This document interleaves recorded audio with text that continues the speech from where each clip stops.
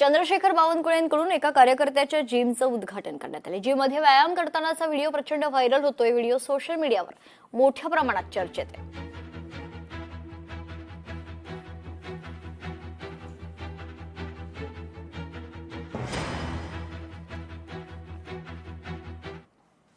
आंतरराष्ट्रीय ड्रग्स तस्कर वीरेंद्र सिंग बसोयाच्या अडचणी वाढल्यात। वीरेंद्र सिंग बसोया याचा खरं तर मोठा प्लॅन होता।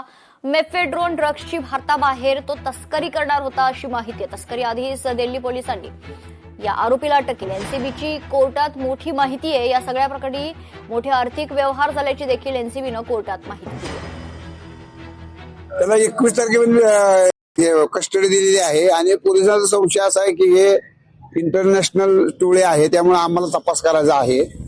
आणि हा जो आरोपी त्याच्याविरुद्ध एक पेंडिंग वॉरंट निघालेला आहे, त्यामुळे याला संशयावरनं दिल्ली एअरपोर्टवरून अरेस्ट करून आज या मेहरबान कोर्टात हजर केलं।